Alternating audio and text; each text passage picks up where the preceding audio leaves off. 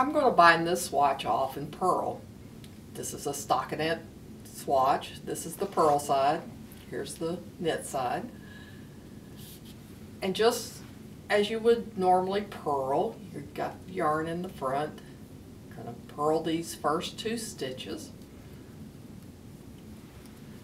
And then with your left needle, you lift the back stitch over the front on the right needle, and I bound off 1 stitch. Purl the next one. You only have 2 stitches at a time on this right needle. As you purl and bind off, if you have more than 2, you haven't bound off one of your stitches and you need to put it back on your left needle.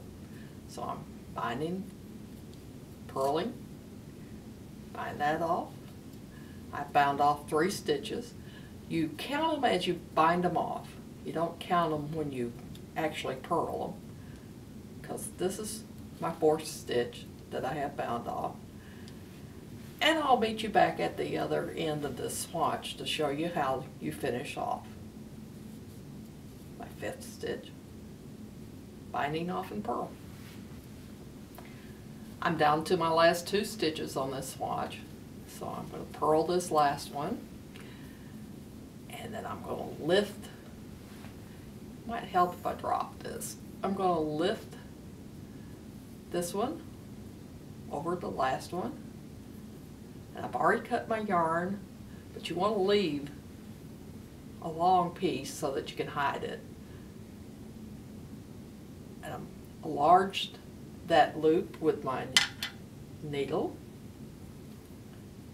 and you just take the end and feed it through the loop